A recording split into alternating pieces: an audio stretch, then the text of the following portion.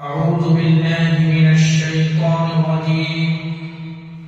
بسم الله الرحمن الرحيم. ولا تسبوا الذين يدعون من دون الله فيسبوا الله عدوا بغير علم كذلك زينا لكل أمة عملهم ثم إلى ربهم مرجعهم فينبئهم بما كانوا يعملون. اللہ تبارک و تعالی اس آیت کریمہ میں فرماتا ہے کہ تم ان لوگوں کو گالی مت دو. وَلَا تَسُبُّوا الَّذِينَ يَدْعُونَ مِن دُونِ اللَّهِ، جو اللہ کے علاوہ دوسرے کو پکارتے ہیں تم انہیں گالی مت دو. فَيَسُبُّوا اللَّهَ عَدْوًا بِغَيْرِ عِلْمٍ، اگر تم انہیں گالی دو گے تو اس کے بدلے میں بغیر کسی علم کے جہالت کے بنا پر وہ اللہ کے ساتھ گستاخی کرے گا. کیا مطلب؟ اللہ تعالیٰ کہتا ہے کہ جو لوگ اللہ کے علاوہ کسی اور دیوی دیوتا کی پوجا کرتے ہیں تم انہیں گالی مت دو. جیسے کوئی مورتی کی پوجا کرتا ہے، آپ انہیں گالی مت دو، ان کے بھگوان کو برا بھلا مت دو. اگر آپ ان کے بھگوان کو برا بھلا کہیں گے تو وہ جہالت کے بنا پر آ کر کے الٹے اللہ تعالیٰ کے بارے میں برا بھلا کہے گا. تو جب وہ اللہ کے بارے میں برا بھلا کہے گا تو گویا کہ گالی دلوانے کا سبب کون بنا؟ آپ بنے نا. جیسے بہت سارے لوگ آپ ویڈیوز دیکھتے ہو کہ نیچے لکھتے ہیں اللہ اکبر کا نعرہ لگاتے ہیں، ادھر سے کوئی ان کے جو الفاظ ہیں ان کے بھگوان کے جو نام ہے ان الفاظ کے ساتھ میں وہ لگاتے ہیں، فلاں کا نام لیتے جو ان کے بھگوان ہیں. اس طریقے سے گالی گلوچ دونوں کے درمیان چلتا ہے کہ تمہارا اللہ کیا کرے گا. ادھر سے مسلمان جواب دیتا ہے کہ تمہارا بھگوان کیا کرے گا. تو اللہ تعالیٰ نے منع کیا ہے کہ تم ان کے بھگوان کو گالی مت دو. اگر تم ان کے بھگوان کو گالی دو گے تو پلٹ کر کے تمہارے اللہ کو گالی دے گا. گویا کہ تم گناہگار ہوئے، ان کو اکسانے والا کون ہے؟ تم ہو. لہٰذا تم کو برا بھلا مت دو. اسی طریقے سے اللہ کے رسول صلی اللہ علیہ وسلم کی ایک حدیث ہے کہ بندہ اپنے ماں باپ کو گالی دیتا ہے. بندہ اپنے ماں باپ کو گالی دیتا ہے. صحابہ نے پوچھا اللہ کے رسول صلی اللہ علیہ وسلم بندہ کیسے اپنے ماں باپ کو گالی دے سکتا ہے؟ اللہ کے رسول نے بتایا کہ اگر تم کسی دوسرے کے ماں باپ کو گالی دیتے ہو تو اس کے جواب میں وہ تمہارے ماں کو تھوڑی چھوڑ دے گا، وہ تمہاری ماں کو بھی گالی دے گا. گویا کہ تم اپنے ماں کو گالی دلوانے کا سبب بن رہے ہو.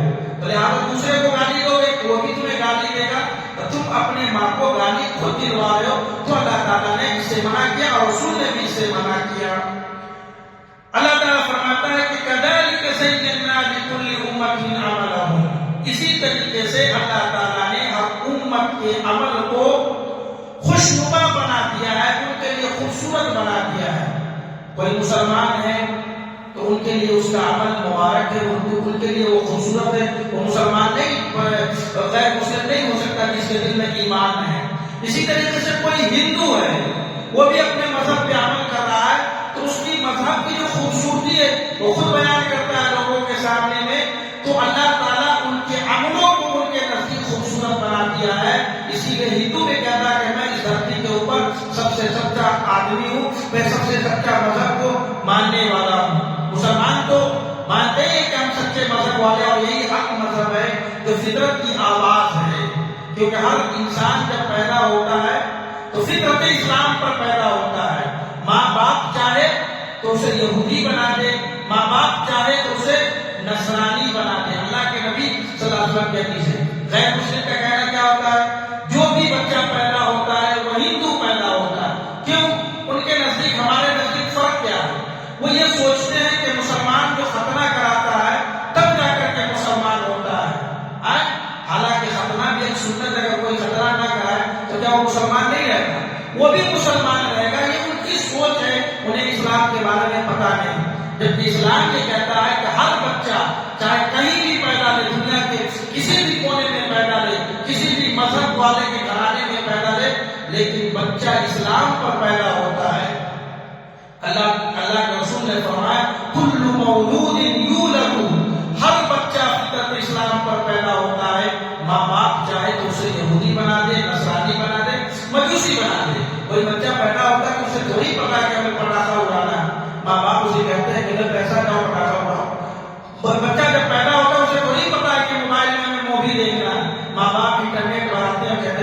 ٹائم پاس کرو ادھر، گیم کھیلو ادھر. یہ سب کون کرتا ہے؟ یہ ماں باپ انہیں جو چاہے ماں باپ بنا دے. ماں باپ چاہے تو ان کی اچھی تربیت کر کے اچھا مسلمان بنا دے اور مسلمانوں میں بہترین مسلمان بنا دے، اور ماں باپ اگر چاہے تو اسے ذلیل ترین قوم بنا دے. یہ ماں باپ کے ہاتھ میں ہے. ماں باپ جیسی تربیت کریں گے بچے ویسے پرورش پائیں گے.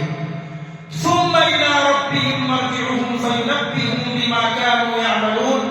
تو اللہ کہتا ہے کہ قیامت کے دن الى ربهم مرجعهم، وہ سب اپنے رب کی طرف لوٹ جائیں گے. فينبئهم بما كانوا يعملون، اور جو کچھ بھی وہ عمل کرتے تھے اللہ اس کو کھول کھول کر کے بیان کر دے گا. یعنی دنیا میں کتنے مذاہب ہیں، اسلام کے علاوہ بہت سارے مذاہب ہیں اور ہر آدمی کو اپنا اپنا مذہب پسندیدہ ہے، لیکن کون سچے مذہب پہ ہے یہ قیامت کے دن اللہ کھولے گا. لہذا تم انہیں کے بھگوان کو برا بلا مت کہو. وَأَقْسَمُوا بِاللَّهِ جَهْدَ أَيْمَانِهِمْ لَئِن جَاءَتْهُمْ آيَةٌ لَّيُؤْمِنُنَّ بِهَا. اور یہ لوگ قسمیں کھاتے ہیں اور زور کی قسم کھاتے ہیں، اللہ کی قسم. جَهْدَ أَيْمَانِهِمْ لَئِن جَاءَتْهُمْ آيَةٌ لَّيُؤْمِنُنَّ بِهَا. کہ نبی اگر ہمارے پاس میں اللہ کی دلیلیں آ جائے، کوئی تم نشانی لے کر کے آ جاؤ تو ہم ضرور آپ کے اوپر ایمان لائیں گے. یعنی نبی صلی اللہ علیہ وسلم سے یہ لوگ دعویٰ کرتے تھے، قسم کھاتے تھے، کہتے تھے جس طریقے سے موسیٰ علیہ السلام کی عصا چلاتی تھی، جہاں موسیٰ علیہ السلام پانی میں رکھتے تھے تو پانی کا راستہ بن جاتا تھا. موسیٰ علیہ السلام جادوگروں کے سامنے میں اس لاٹھی کو رکھتے تھے تو وہ سانپ کی شکل اختیار کر لیتی تھی. اسی طریقے سے دیگر نبی کی معجزہ تھا، جیسے حضرت عیسیٰ علیہ السلام کسی کو کوڑ کی بیماری ہو جاتی تھی تو حضرت عیسیٰ علیہ السلام اسے شفایاب کر دیتے تھے اپنے ہاتھ سے. تو اس طریقے کا تم معجزہ لے کر کے آؤ تو ہم ضرور آپ کے اوپر ایمان لائیں گے. اللہ کے رسول کے ہاتھ میں تھوڑی ہے جو معجزہ لے کر کے آ جائے. حالانکہ اللہ کے نبی بھی بہت سارے معجزہ لے کر کے آئے. اللہ کے نبی نے اشارے سے چاند کو دو ٹکڑا کر دیا، پتھر سے کلمے مروا دیے، اور راتوں رات اللہ کے نبی معراج میں چلے گئے. بہت سارے معجزہ پیارے نبی کا بھی تھا، لیکن ہر نبی کا معجزہ الگ الگ معجزہ تھا. حضرت موسیٰ علیہ السلام کا معجزہ کیا تھا کہ وہ زمین سے ہی اللہ سے بات کر رہے تھے. وَكَلَّمَ اللَّهُ مُوسَىٰ تَكْلِيمًا. موسیٰ علیہ السلام زمین سے ہی کھڑے کھڑے اللہ تعالیٰ سے بات کر رہے ہیں. تو ہر نبی کا معجزہ الگ الگ ہے. حضرت عیسیٰ علیہ السلام مردے کو زندہ کر دیا کرتے تھے، یہ ان کا معجزہ تھا. تو یہ لوگ چاہ رہے ہیں کہ آپ کوئی معجزہ لے کر کے آئے تو ہم اللہ کی قسم کھا کر کے کہہ رہے ہیں کہ ہم ضرور آپ پر ایمان لائیں گے. اے نبی آپ کہہ دیجیے انما الآیات عند اللہ وما یشرکم، کہ بے شک اللہ تبارک و تعالیٰ کے نزدیک نشانی ہے. جو معجزہ ہے وہ اللہ کے پاس میں ہے. وما یشرکم، تمہارے سمجھ کی یہ بات نہیں ہے. انہا اذا جاءت لا یؤمنون، یقیناً یہ لوگ آپ کے اوپر ایمان لانے والے نہیں ہیں. آپ معجزہ بھی لے کر کے آ جائیں، زمین آسمان کو ایک کر دے، تب بھی آپ کے اوپر ایمان لانے والے نہیں ہیں. اسی لیے اللہ تعالیٰ نے ان کے اوپر معجزہ نہیں نازل فرمایا. وَنُقَلِّبُ أَفْئِدَتَهُمْ وَأَبْصَارَهُمْ كَمَا لَمْ يُؤْمِنُوا بِهِ أَوَّلَ مَرَّةٍ وَنَذَرُهُمْ فِي طُغْيَانِهِمْ يَعْمَهُونَ. ہم بھی ان کے دلوں کو اور ان کے نگاہوں کو پھیر دیں گے. وَنُقَلِّبُ أَفْئِدَتَهُمْ وَأَبْصَارَهُمْ، ہم بھی ان کے دل اور نگاہوں کو پھیر دیں گے. كَمَا لَمْ يُؤْمِنُوا بِهِ أَوَّلَ مَرَّةٍ، جیسا کہ انہوں نے پہلی مرتبہ آپ کی دعوت کا انکار کیا، آپ کی دعوت کو قبول نہیں کیا، تو اب کبھی بھی وہ مسلمان نہیں ہو سکتا. کیا مطلب؟ یعنی اللہ کے رسول صلی اللہ علیہ وسلم نے کسی کو اسلام کی دعوت دی، اس نے ریجیکٹ کر دیا نبی صلی اللہ علیہ وسلم کی دعوت کو، تو اللہ تعالیٰ نے اعلان کیا کہ اے نبی اب کبھی بھی اسلام میں داخل نہیں ہو سکتا. ہم نے ان کے دل کو بھی پھیر دیا ہے، ان کے نگاہوں کو پھیر دیا ہے. جب اللہ کسی کے دل کو پھیر دیتا ہے، کسی کے نگاہ کو پھیر دیتا ہے تو اسے ہدایت نہیں مل سکتی، کیونکہ ہدایت کا مالک اللہ ہے. جب انسان کا دل پھر جاتا ہے نا تو کبھی بھی ہدایت آ سکتا ہے نہیں آ سکتا ہے. تو اللہ نے وعدہ کیا ہے کہ اے نبی اگر یہ آپ کی بات نہیں مانتے تو ہم ان کے نگاہوں کو پھیرتے ہیں، ان کے دلوں کو پھیرتے ہیں، یہ گمراہ ہو جائیں گے. وَنَذَرُهُمْ فِي طُغْيَانِهِمْ يَعْمَهُونَ. اے نبی آپ انہیں چھوڑ دیجئے، ان کی سرکشی میں، ان کے گناہوں میں ان کو مبتلا رہنے دیجئے.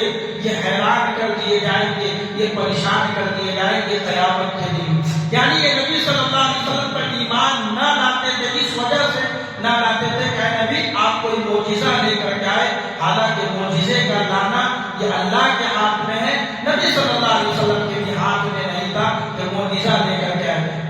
نبی تھے شاید شعیب علیہ السلام.